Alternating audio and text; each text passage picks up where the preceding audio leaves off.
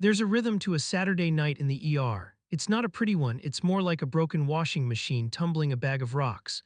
You get the drunks first, the happy ones and the angry ones.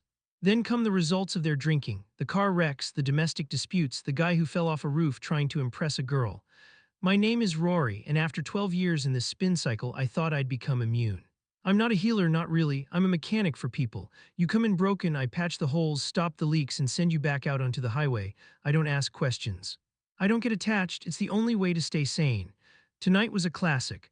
A brawl over a hockey game left two guys needing stitches and a third with a billiard ball lodged in a place billiard balls should never go.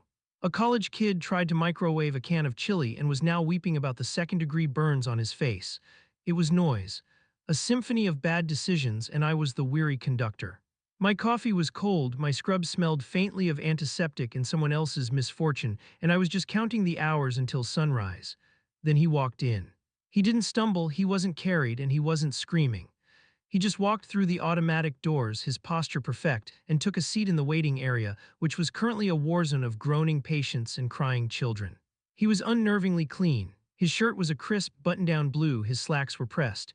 He wasn't big, wasn't small, just a guy. And in his lap he held a large, clear food storage bag, the kind with the zipper seal. He held it carefully, almost tenderly, with both hands. He didn't look at the chaos around him. He just stared straight ahead with a slight, almost pleasant smile, waiting his turn. In a room full of emergencies, his utter lack of one was the most alarming thing I'd seen all night. He was a glitch in the system, a pocket of calm so profound it felt like the prelude to a hurricane. "Micah," I called out, my voice flat and tired. He stood up immediately, that same placid smile on his face, and walked into my examination bay as if he were coming in for a routine checkup. He sat on the edge of the paper-lined table and placed the Ziploc bag next to him with the same care a mother would place her sleeping infant. "Good evening, doctor," he said. His voice was calm, articulate, no slurring, no panic. "Thank you for seeing me so promptly." "No problem, Micah. What seems to be the issue tonight?" I asked, pulling on a fresh pair of nitrile gloves, my brain already cycling through the possibilities. A foreign object he was too embarrassed to mention, a quiet psychotic break, he beamed, a genuine, honest-to-God smile of pure, unadulterated triumph. "There's no issue, doctor." "Not anymore, I fixed it, I finally fixed it." He gestured to the bag. "I was successful, I got them all out." I glanced at the bag. It looked like it was full of raw shrimp. Or maybe wet, shredded chicken. It was hard to tell under the fluorescent lights. "Got what out, Micah?" "The parasites," he said, his voice dropping to a conspiratorial whisper full of pride. "From Jocelyn, my wife, they were everywhere, you see, under her skin. Wriggling, I could see them moving if I looked close enough. She said they itched, that they burned. The other doctors, they didn't believe her. They gave her creams. Useless." He shook his head with a look of profound disappointment in my entire profession. Then he pushed the bag towards me. "But I did it. I finally cured her." And that's when I saw it. My brain, which had been trying to categorize the contents as something, anything, other than what it was, finally surrendered. It wasn't shrimp, it wasn't chicken. It was a wet, glistening pile of flesh. Small, ragged pieces of human skin, some with fine hairs still attached, others streaked with subcutaneous fat. They were floating in a pinkish, serous fluid. The smell hit me a second later, the coppery tang of blood in the sterile, almost metallic scent of isopropyl alcohol. It was the smell of a clean wound and a dirty secret. "I sterilized my instruments, of course," Micah added, as if anticipating a question about his methodology. "A number 11 scalpel blade. It took nearly 6 hours. You have to be meticulous. You have to peel back the layers very carefully to make sure you get the whole nest." "She's finally at peace, doctor. She's finally clean." My professional mask, the one I had spent over a decade perfecting, didn't just crack, it vaporized. A cold wave of nausea washed over me, so intense I had to grip the edge of the counter to keep from swaying. This wasn't a Saturday night drunk. This was something else entirely. This was a monster wearing a button-down shirt. My training took over. It's a strange thing, the autopilot that kicks in when your conscious mind is busy screaming and clawing at the inside of your skull. My hand, seemingly of its own volition, moved discreetly under the counter and pressed the silent panic button. 2 taps. It sends a signal directly to the hospital security desk and the police liaison officer stationed in the building. No sirens, no fuss, just a quiet call for help that I prayed was coming fast. "That's very thorough, Micah," I said, my voice sounding distant as if it were coming from down a long hallway. I needed to keep him talking, I needed to keep him calm. Most importantly, I needed to find out where Jocelyn was. "You must have a very steady hand." Oh, you have too, he agreed enthusiastically, leaning forward, his eyes alight with intellectual fire. They're clever, the parasites, they burrow deep, they mimic the texture of healthy tissue. For years I studied them. I bought old medical textbooks, Gray's Anatomy, surgical guides. I knew I couldn't trust anyone else with her health. They would have just called her hysterical, given her another useless cream.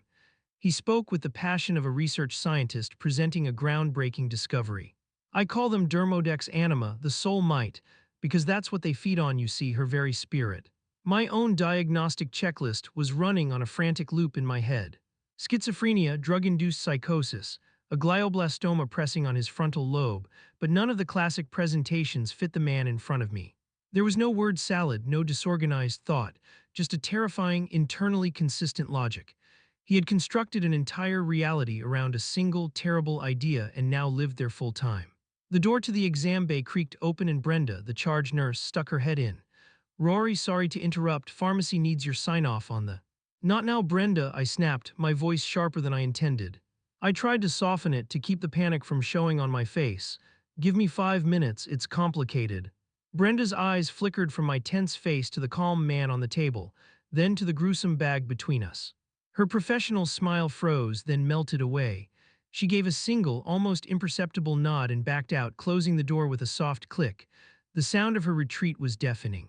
I was alone with him again, Micah chuckled softly. A skeptic, I understand, the world is full of them, that's why I had to document my work. He tapped the bag with a clean fingernail. Evidence, see this piece here, he said, pointing through the plastic. The one with the darker pigmentation, a breeding female, you can tell by the way the tissue is granulated around the edges. That's where the egg sacs were. I removed dozens of those. So where is Jocelyn now? I asked, forcing my gaze away from the bag and back to his clear, steady eyes. Is she recovering at home? She is, he nodded, that serene smile never leaving his face. She's resting. I gave her some chamomile tea with a little something extra to help her sleep. She was so brave, doctor, so brave, she didn't even cry towards the end. I think she knew I was saving her. The thought of what something extra might be sent another spike of ice through my veins. Every second stretched into an agonizing minute. The usual ER chaos outside the door sounded like it was happening on a different planet. In this little sterile room, there was only the hum of the ventilator, the smell of blood in a plastic bag, and the calm, rational voice of a man describing how he flayed his own wife. He wasn't a madman in the way you see in movies. He was a sober, methodical lunatic, a man whose love had become so twisted and so toxic that it had turned him into a butcher. And that, I realized, was the most frightening thing of all. He didn't think he'd done anything wrong. He thought he was a hero.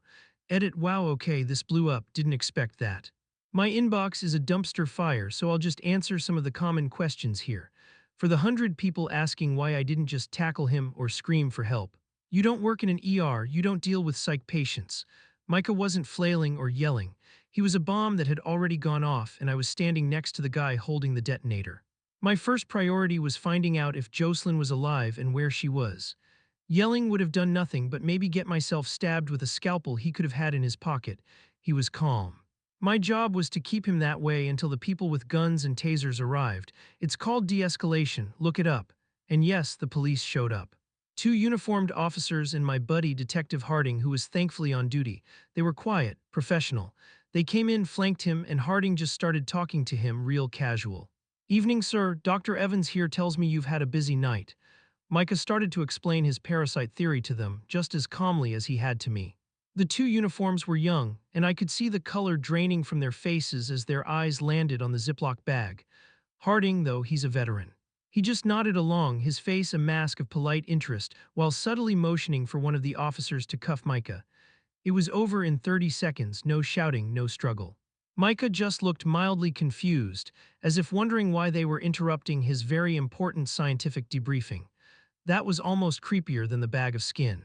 About 20 minutes after they took Micah away, the call came in. Paramedics were en route with a Jane Doe, multiple lacerations, found unconscious by police at a suburban address Harding had gotten from Micah's driver's license. It was her, Jocelyn. When they wheeled her in, my stomach, which had just started to settle, tried to crawl up my throat. It was worse than I had imagined.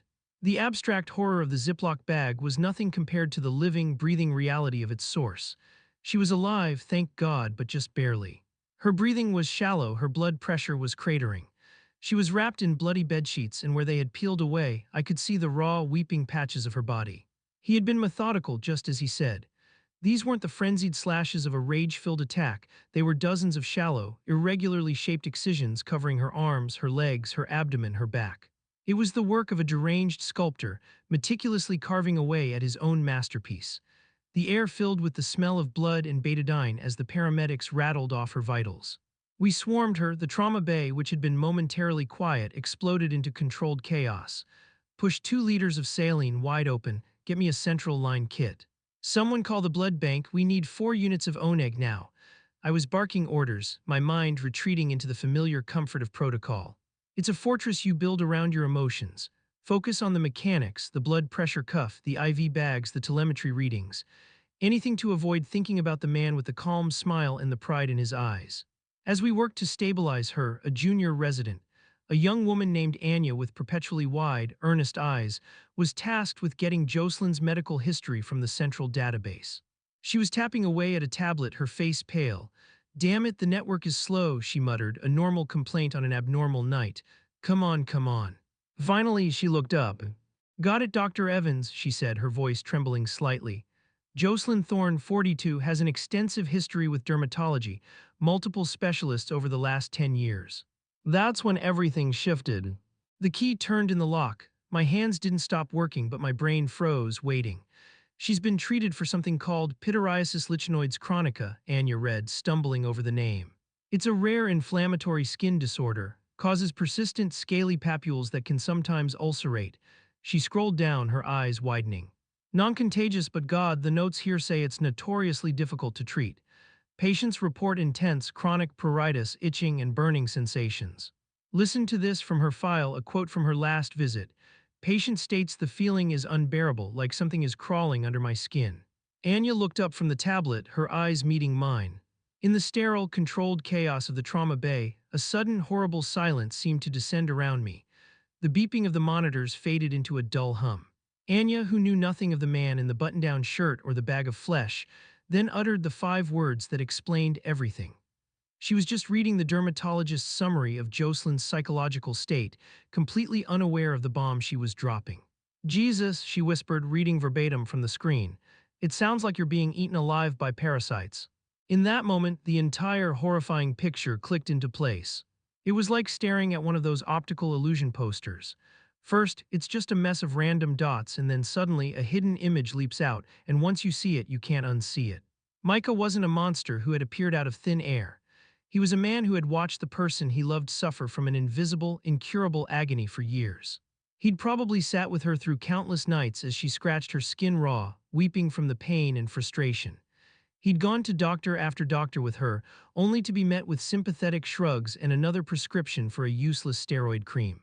He saw her torment, this thing that was consuming her from the inside out, and in his helpless, desperate mind, her metaphorical language became his literal reality. The parasites weren't a delusion he invented, they were a diagnosis he created. It was the only way his brain could process the senseless, random cruelty of a chronic disease.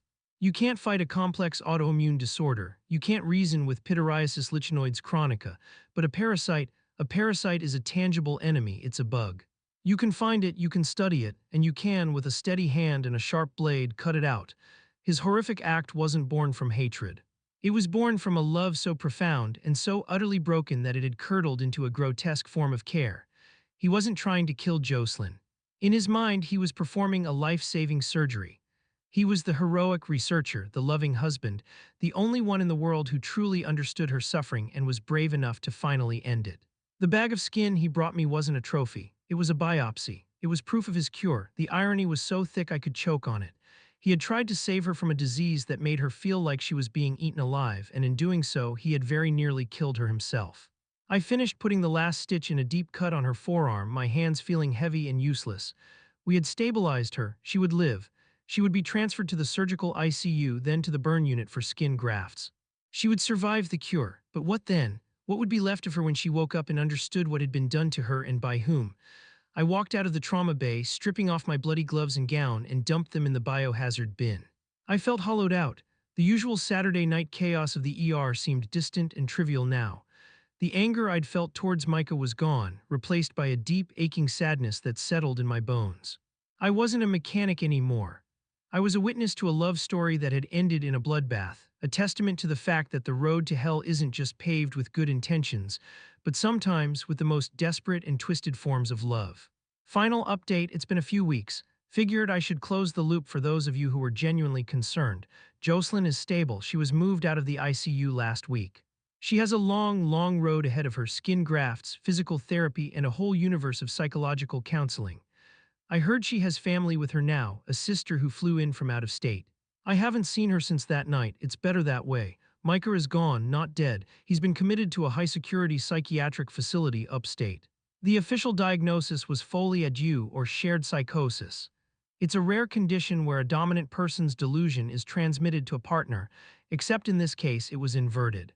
Jocelyn's very real physical suffering, her constant descriptions of crawling sensations, became the seed for his psychosis. He absorbed her pain until it became his own monstrous reality. He wasn't the source of the madness. He was a mirror, reflecting her agony back in the most horrific way imaginable. I can't stop thinking about the look on his face in the exam room. It wasn't hatred or rage, it was relief. It was the serene, exhausted smile of a man who had finally, after years of struggle, completed his life's most important work. That smile is going to stick with me. It's a permanent stain on my memory, a reminder that the line between love and madness, between devotion and destruction, is sometimes no thicker than a scalpel's edge. I went into this job to fix people, but some things aren't broken in a way you can stitch back together.